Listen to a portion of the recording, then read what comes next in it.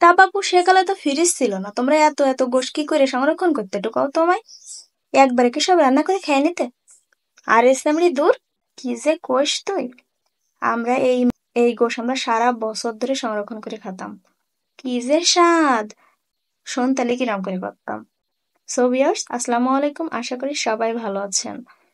তো সে সময় ফ্রিজ না থাকার কারণে তারা মাংস কিভাবে সংরক্ষণ করত, সে ডিটেলসটা নিয়ে আজকের ভিডিও। So let's start.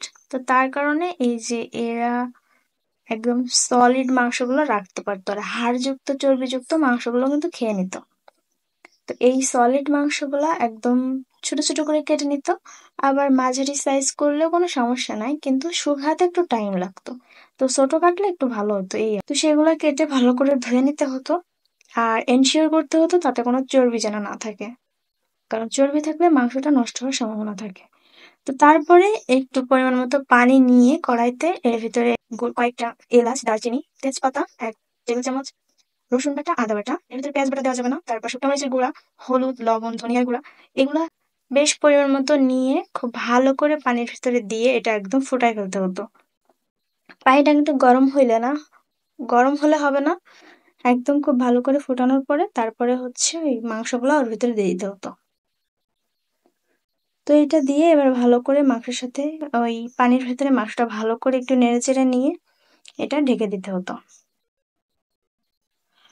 তো এটা এই যে পানি দেওয়া হলো, এই পানির ভেতরে কিন্তু মাংসটা একদম সিদ্ধ করে নিতে হবে।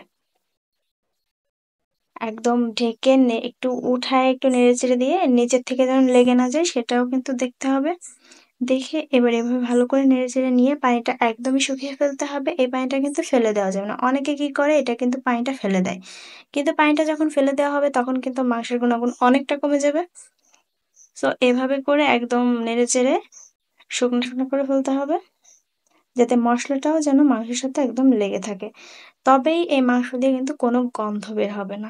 অনেকে বলে এভাবে করে রান্না শুটকি করলে মাংস দিয়ে অনেক গন্ধ বেরোয়, যেমনটা মাছের মাছের শুটকিতে বেরোয়। কিন্তু না, মাছের একটা তীব্র গন্ধ আছে, কিন্তু মাংসতে এই শুটকি করলে কোনো রকমের গন্ধ বের হয় না। আমি এটা ফার্স্ট খেয়েছিলাম পাবনাতে। আর তারপর সেখান থেকে রেসিপি নিয়ে এইটা আমি প্রতি বছরই করি। ঈদের দিনই আমি আলাদা করে কিছু মাংস রেখে দিই। আর এটা অনেক বেশি টেস্ট। আমি মাছের শুটকি খাই না, কিন্তু মাংসের শুটকি কিন্তু খাই। তো যাই হোক, এভাবে মাংসের ওইগুলা একটা বড় একটা পাত্রে রেখে এটা কিন্তু রোদে দিতে হবে। আর এটা শুকাতে বেশ 2-3 দিন টাইম লাগবে, ভালো রোদ হলে।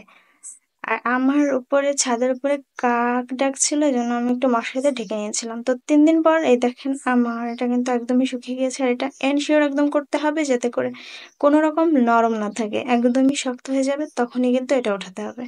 তো এটা শুকানোর পর এটা উঠিয়ে এনে এবার একটা ভালো করে পলি ব্যাগের ভিতরে মুড়ে রেখে দিলেই কিন্তু হয়ে যাবে, এটা সারা বছর খেতে তো পারবেন। ভিডিওটা ভালো লাগলে, উপকারী মনে হলে লাইক, কমেন্ট, শেয়ার করে রাখতে পারেন। এগুলো মাছ শিখিয়ে অবশ্যই বাসায় ট্রাই করে দেখতে পারেন। Thank you.